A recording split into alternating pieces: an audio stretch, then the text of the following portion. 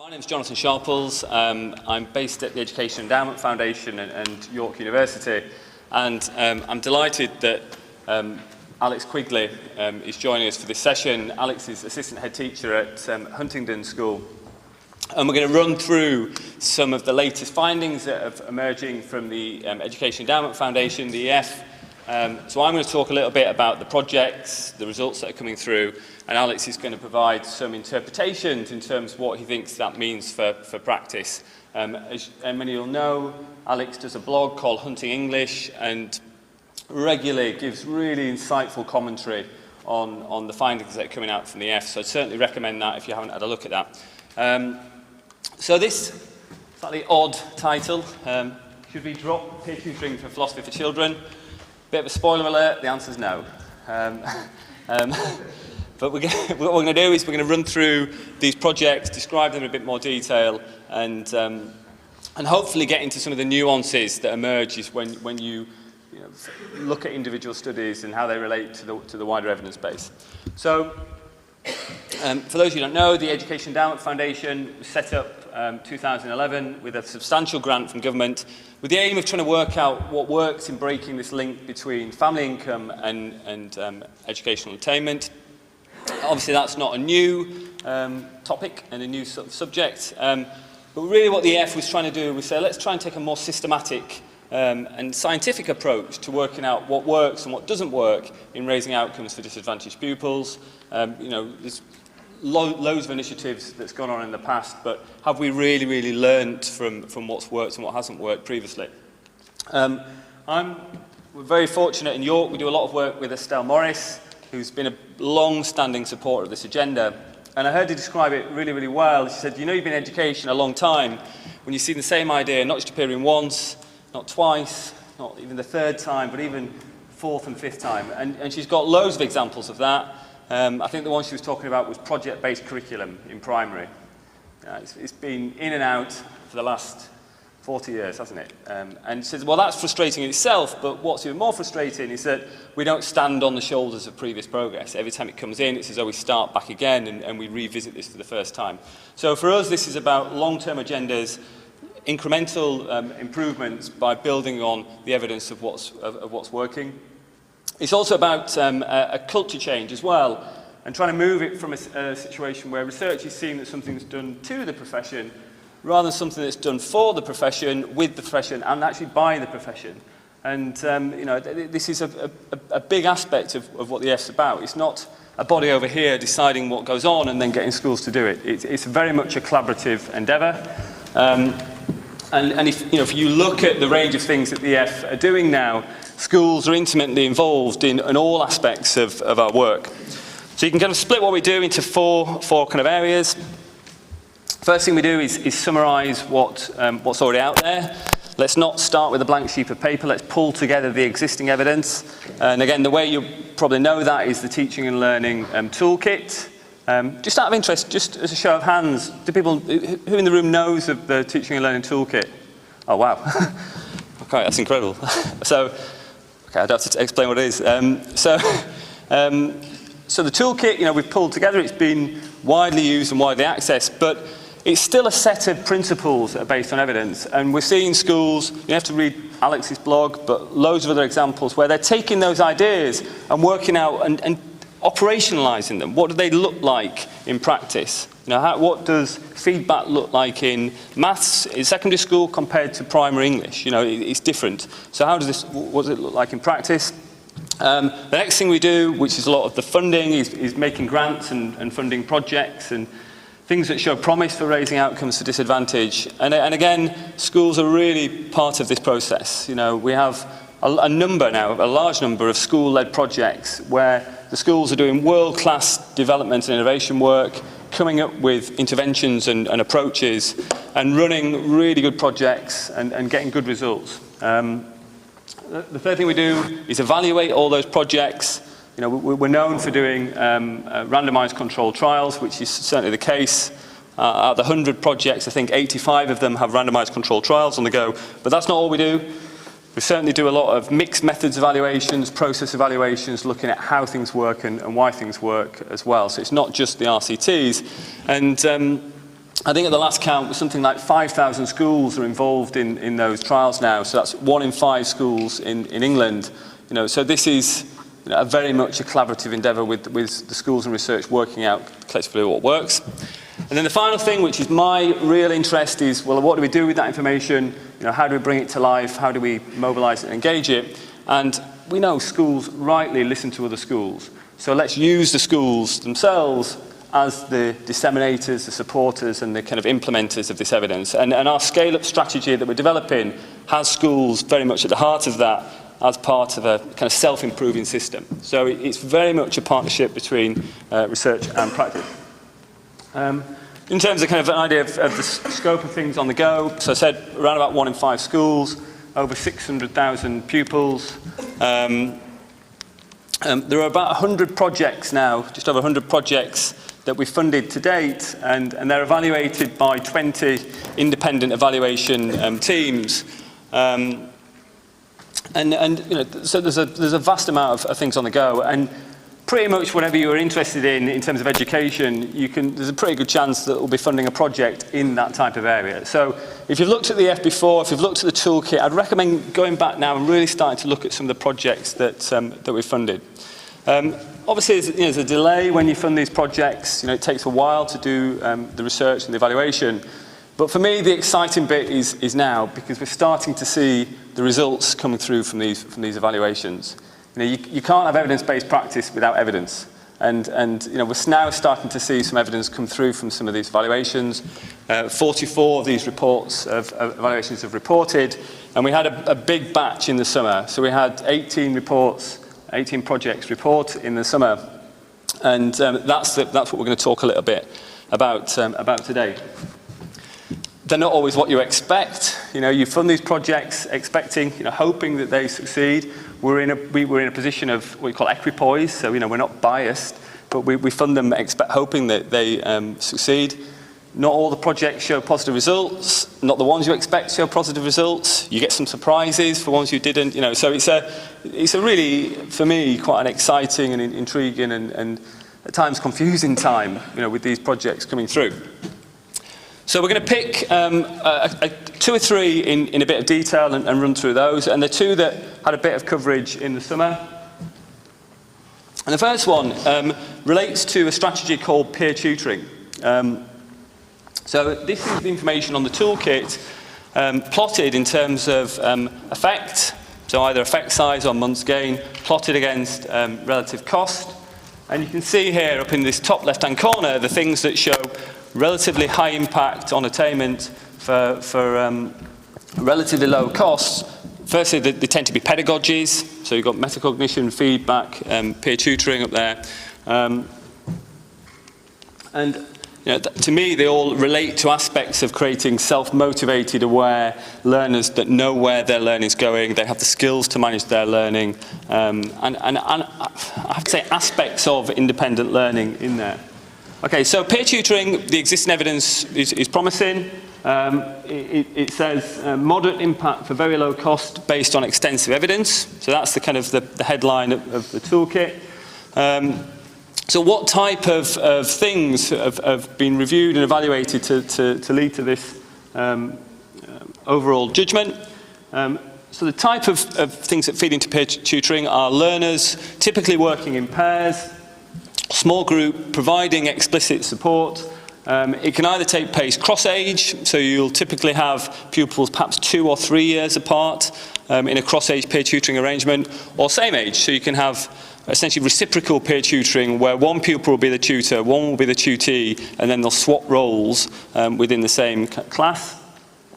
Typically it takes place 2 or 3 times a week for relatively short sessions for 20 minutes a week. And crucially, it's not just pairing the kids together and just leaving them to work together. The structures provided within the peer tutoring in terms of how they kind of interact. The idea is that you have lots of different interactions taking place at the same time in the class.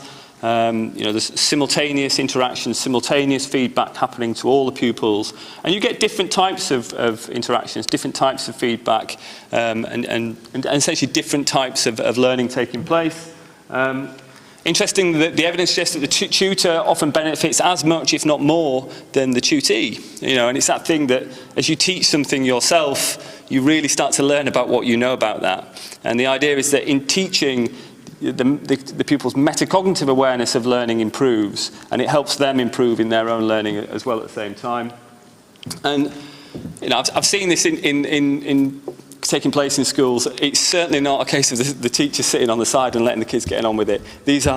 It's really quite a challenging and dynamic environment to get right. There's tons of things for the teachers to get right. They've got to get the structures in place. They've got to ensure the interactions are all happening, in line with what you're trying to achieve. You've got to make sure that the questions are appropriate for the levels. So there's tons of things with the teacher to do. And within this overall evidence base, the evidence base is certainly stronger for primary. There's more work done in primary, and it seems to be stronger in primary, and perhaps for reading over maths as well. Okay, so that's the headline. So we funded two projects. We funded two projects that you classify as peer tutoring. One was called Paired Reading, and it was a cross-age paired reading project taking place between Year 7 and Year 9 pupils. So this was part of a round of projects we funded called Reading at the Transition. So it was sort of early secondary. We had 120 classes in 10 schools, randomly assigned to either receive the strategy, do this peer tutoring intervention, or carry on with what business as usual was.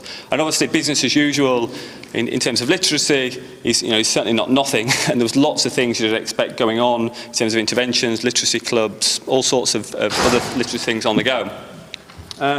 What else? The staff were trained for 1.5 days. And then there was quite an extensive pack of resources so that they could then help train the pupils in terms of these strategies. So questioning frameworks, PowerPoint presentations, so that they could help the pupils develop these strategies. And we measured the attainment using some standardized literacy measures. So this was, that's the kind of the overall trial. What did the strategy look like? Well, it's a pretty kind of light touch strategy, if you like. And this is what the pupils, we're trying to get the pupils doing. So the tutor and the tutee would select a text that was between their ability, and they were giving a strategy to help them do that. So there was a way in which they could help them select that text that was of an appropriate challenge. Then both pupils would start reading that text together, and then after a while the tutee, the younger pupil, would then read alone. And at that point, the aim of the tutor was to provide 3 kind of functions, if you like, or do 3 roles. First one is just basic error correction on pronunciation, and just correcting errors in how the text was being read.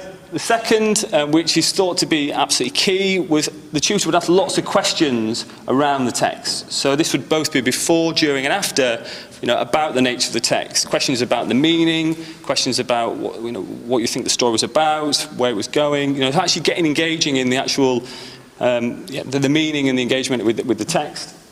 And again, the idea is that this really helps with this metacognitive awareness of what you're doing, rather than just going through the text and reading each letter, each word by word. And then the third thing they would do would provide praise, so just lots of praise when pupils were doing things well. So pretty light touch strategy.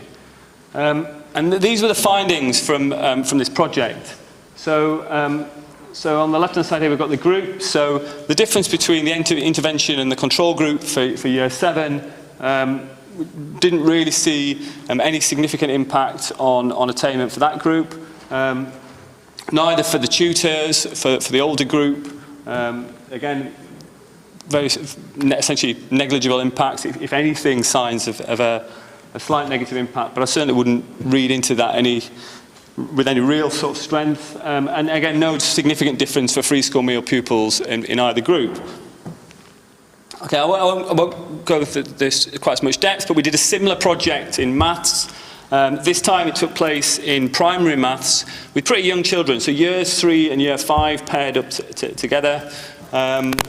again, a structured set of strategies that the tutor and was supposed to use with the tutee to help them think about how they were going through, how they were answering their maths questions. So thinking out loud, asking them questions in relation to how this relates to their other knowledge, getting them thinking through and structuring through how they're answering maths questions. Again, reasonably light touch here. So again, 20 minutes per week, for, in this case, 2 blocks of 16 weeks over consecutive years. And this time school level randomised. So the schools were randomised at school level to be either controls or intervention groups. And again, attainment measured on standardised maths text. And in the future, we'll look at the impact on Key Stage 2. And again, a similar real pattern of findings. So no significant difference between the intervention and the control group, and no real difference for FSM as well. So it's a bit of a head scratcher, isn't it? So what were our initial thoughts in terms of how you interpret this? Well, I mean, the first thing we shouldn't do is brush these under the carpet and sort of count them off as negligible studies. These were robust trials. They had what we call 4 padlock ratings. So the signs that these were pretty robust trials. They're at large scale. They're taking place in English schools. So we should certainly carry weight. But they shouldn't carry all of the weight at the same time. It's really important to put it in the context of there's been 30, 35 years of peer tutoring research that generally has shown positive impact that leads to those toolkit findings. I think as a general rule, we all have to be careful, including us at the F, of being led by individual studies too much. That's why we're doing them, but it's how it relates to the wider evidence base that's most important.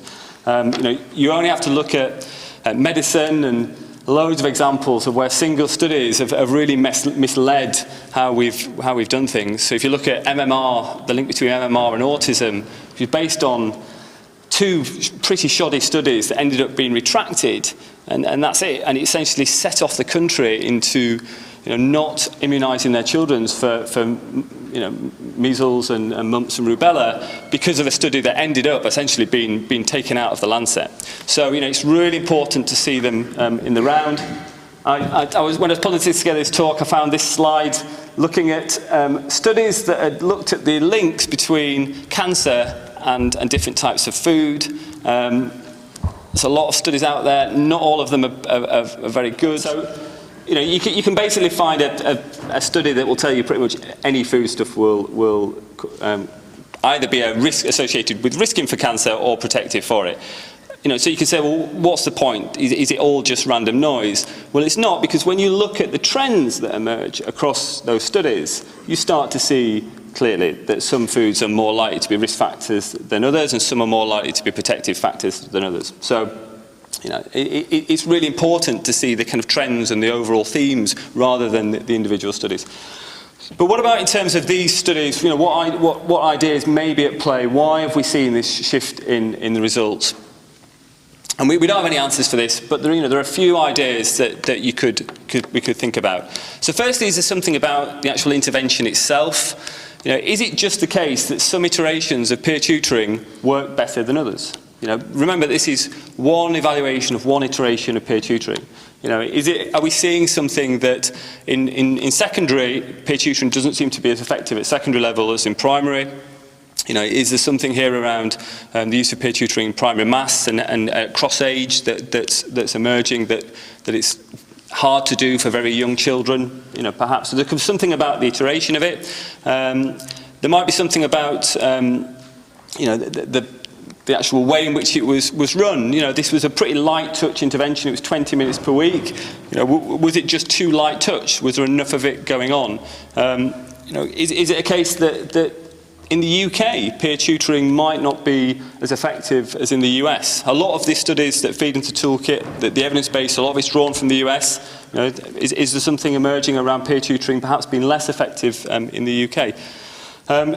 There are issues around the implementation. It generally is felt that this was well implemented, this project, but it was, again, the training for it was pretty light touch. Teachers got an initial day, then a half-day follow-up training, and there's some wider evidence that says that it's what goes on after that initial training that's really important in terms of in-class kind of refinement and coaching and kind of that ongoing support, if you like, to make sure that the strategy is working as intended. So, there could be something around the implementation, or great, look at that, we're back.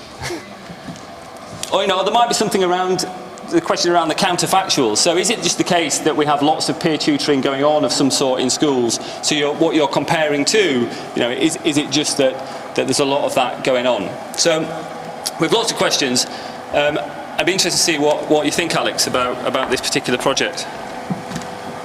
Okay, it probably makes sense just to give a little bit of context of who I am and why I'm doing interpretation. So I'm an English teacher in a school in York, at Huntington School, so I'm trying to interpret what I do in the classroom. I also lead on teaching and learning at Huntington, so I want to judge, what interpretations are we looking to promote within the school more widely, and I lead a project, the RISE project, Research Leads Improving Students' Education, which is about training research leads to interpret all of this massive evidence. So with those different hats on, I'm looking at these studies and trying to take out best information as a teacher and someone who's trying to lead schools and giving best interventions. As an English teacher, I was most interested in the paired reading. I've looked into the background about peer tutoring. I've recommended it to RISE research leads because I think the evidence is quite robust. When I saw the studies come out and they negative effect, no real effect, sorry, I was a little bit disappointed. We wanted that to work. But then when I started to dig into the evaluation, I started to make my interpretations why I thought it didn't work. And there were some clear responses for me. And I think one of the good things about the EEF evidence and about looking at the evidence as a teacher and making an interpretation is it's not always about finding out what worked. It's about finding out what doesn't work and trying not to do that, trying not to replicate that. So with the paired reading study, I saw some glaring issues from my perspective and my experience. Those issues were, Jonathan's talked about them, some kind of the lightness of what was happening. So that slide where it had about the structure. So yes, teachers were given some training and students were given some training as well. Did the training that passed from the teachers to the students, was that robust? I don't quite know, but there's some potential issue with implementation there. But when I saw the actual support the peers were giving, they were giving praise, they were asking questions, and they were, just doing light support, but they weren't actually giving students strategies that made them think hard or give them reading strategies that change how they read, how they think over time. So what I then started to do is triangulate a bit of the evidence. I started to look at the other reading trials. So the shared reading, the reading for pleasure. Again, those reading for pleasure trials on, bringing out lots of great immediate impact. And that doesn't mean we should disregard reading for pleasure, of course. However, when we're designing and implementing something like peer tutoring, it's not just about the how of the pedagogy of peer tutoring. Of course, obviously, it's about what we're peer tutoring. And I think the weakness in, as I interpret it for the paired reading, was what they were actually training the children to do. And then other just little gaps. So the teacher training, was that strong enough? It didn't feel like there was a lot of training there. And it felt like a light intervention. And I wasn't dissuaded from peer tutoring. Instead, I was just thinking, well, if I was to do peer tutoring, how would I do it differently? And for me, it would be about applying reading strategies, that more structure. So I think it's getting to the nuances, really, and that's useful. Great. Thanks, Alex. That's the harder one. On to something a bit more positive. So here you go. Some big questions after lunch. Do we have to be sad sometimes to be happy at others? Should a healthy heart be donated to a person who has not looked after themselves? Is it acceptable for people to wear religious symbols at work? And if you choke a Smurf, what colour does it turn? Right. these are all questions that were considered as part of a project that we funded called Philosophy for Children. Okay, maybe not the last one, but, and essentially it was a project that got kids thinking about big philosophical questions. And as you might have heard, this in the news, this had quite a lot of profile when we published it in June. Essentially what it does is that it's a primary school intervention. It teaches pupils the basics, if you like, of philosophical thinking. And the aim is that by doing that, you help pupils in their ability to construct arguments, ask questions, engage in reasoned discussion, follow through their thoughts in terms of kind of reasoned outcomes, if you like. It's been around a long time. It was developed in 1970, and it's delivered in the UK by an organisation called SAPRA, and quite widely to 3,000 schools. Interesting. Is there anyone here that's trained in this or does this and uses it? Okay, so right, quite a few. You know it well. So essentially, the dialogues are prompted by some kind of stimulus. So it might be a story or a video. There's then some individual reflection time. You have some small group work before moving into a kind of whole class discussion around some of these topics. And the aim of the teacher, they're trained in terms of how to facilitate and manage those conversations. And really, it's about getting pupils thinking, questioning, debating, reasoning in relation to these philosophical topics. So we did a trial, again, a school-level randomised controlled trial. It was a waitlist design, so the schools that were in the control group initially went on to get it after the end of the project. Actually, as was the maths one as well. So it's not a case of do you get the intervention just when you get the intervention, really. And it was tested in a large number of pupils, so over 3,000 Year 4 and Year 5 pupils in 48 schools that had above average levels of free school meals. So they were representing poorer communities than the national average. And we looked at the attainment measures here on Key Stage 2 maths, reading and writing scores adjusted for their Key Stage 1 results, so essentially the gain scores at Key Stage 2. And also what's called the cognitive abilities test, which is a test of reasoning skills. So you could argue that, why test on the impact of attainment? There's plenty of merit, you could argue, for doing this anyway and developing these skills. But we were interested in, well, are those, if you do get a change in reasoning, do you see that transferred into other domains and into learning in other kind of areas? There's quite a lot of training. The teachers had 2 days initial training, and then there's, in this case, and again, compare this to the peer tutoring one, there's quite a lot of then in-school support after that initial training. So there were visits, modelling, feedback on how it was going. So is that a key aspect of what's going on here? And again, there was a process evaluation looking at how it was being implemented, what people felt about it, was it being adapted, how it was fitting into the structures within the school. And this is the result from this trial, and this is a more positive result. So we see between the intervention group, the Philosophy for Children group, and the control group, a small, it's not a massive effect, but it's a discernible effect. It's there, an impact on maths and reading, Key Stage 2 outcomes as a result of doing these Philosophy for Children lessons. No impact on writing. But interestingly, it's signs, and they are just signs, that this had a disproportionately beneficial impact for free school meal pupils. So you can see there the effect size and the months gain for FSM, 0.2, 0.29, so using our scale, 3 to 4 months additional months progress. It's a moderately robust trial. It's reasonably small because it was allocated at school level, but it's not bad. The testing wasn't blind, but apart from that, it was a pretty good study. Low levels of dropout, lots of no real other senses of bias that seemed to be there. On the CAT results, on the reasoning test, there was a smaller impact seen there.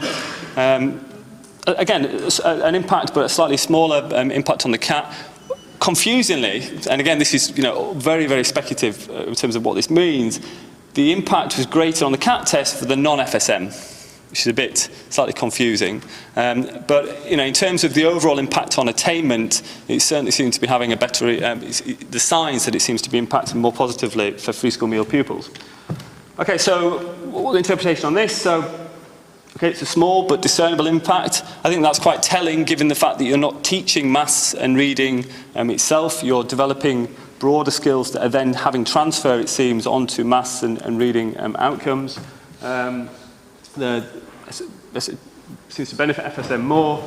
The teachers and the pupils generally, found this to be, they enjoyed it, it helped with confidence, it seemed to help with behaviour from the process evaluations. There were some difficulties in timetabling it. It was supposed to take place one lesson per week, and in some schools, it depends how schools perceived it, it was seen as being non-curriculum, therefore non-essential. So it was what was squeezed out to get these philosophy for children lessons in. Although interestingly, they are having an impact on the maths and the reading, the core curriculum subjects, but it was perceived as some as being non-core, if you like. And it's cheap. This is £16 per pupil per year, so it's certainly not an expensive thing. Okay, in terms of questions, this is one trial, it's one result. Can we replicate this? It'd be interesting to see when we do it at larger scale. Can we replicate it? And also, what are the longer term? Do these impacts wash out? Are there longer term impacts? Are there wider benefits? We really could postulate there are lots of wider benefits of doing this. And there's actually a study going on with the Nuffield Foundation looking at some of these wider impacts of philosophy children at the moment. Alex, what do you think about this? Yes. I looked at this study and was interested for two reasons. One, what can I take from it as a teacher in secondary, because it's obviously primary focused, but two, my sister is a primary head teacher and I like to tell her what to do. So, over dinner, is this something that I'd recommend? I was interested because in secondary school, and I read a lot about thinking being very domain specific, very much about subjects, and that's how we think in secondary schools. And this seems to fly in the face of that slightly. So it just got me asking questions.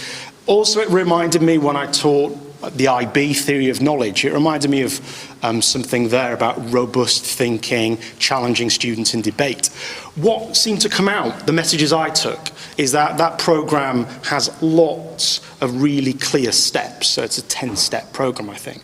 And that clarity and structure is something that can really support primary teachers. And as a secondary school teacher, I was thinking, well, we have, PSHE lessons where we're talking about, sexual reproduction, kind of some of the darker topics, social media and the dangers of tweeting and all that business.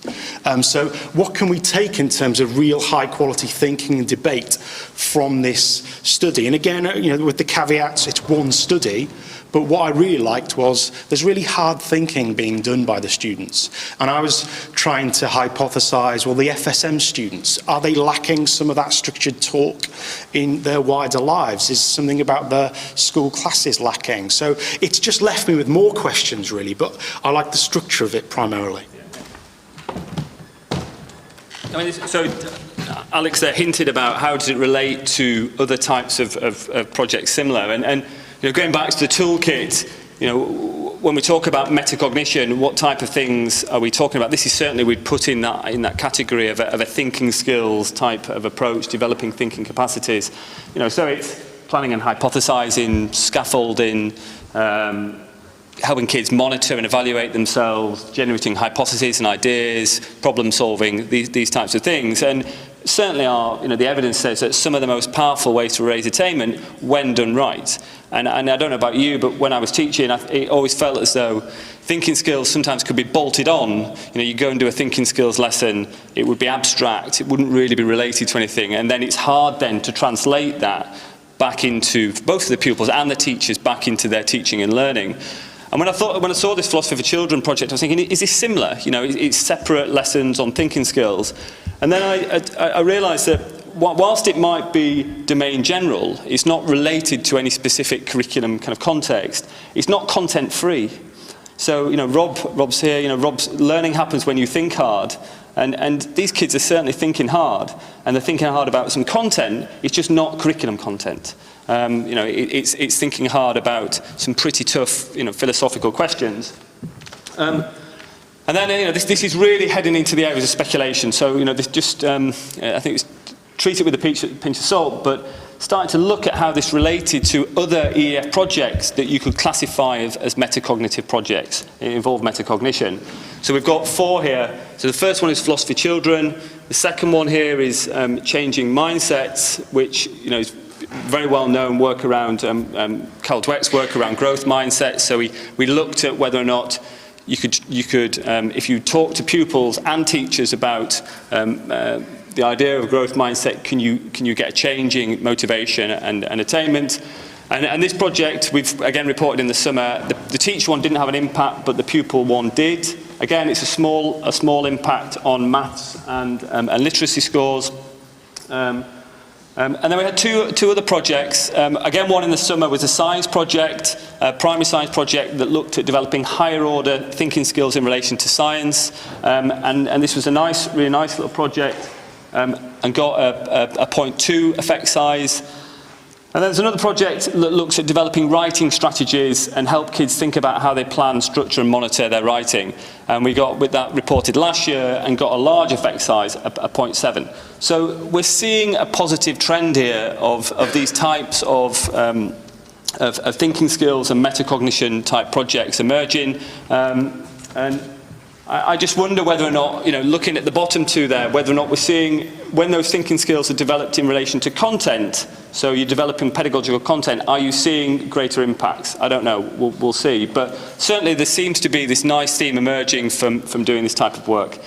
I'm wary that we started late and are running over, so let's wrap it up now. Just one final thing, keep an eye out, we're moving in the direction of doing kind of guidance reports that aggregate our evidence in the wider area. We did one on making best use of teaching assistants, but keep an eye out for this, because this is a step towards what we're talking about, which is taking our evidence and putting it in the wider context and trying to be clearer about recommendations. Great. Thank you very much. Thank you. Thank you.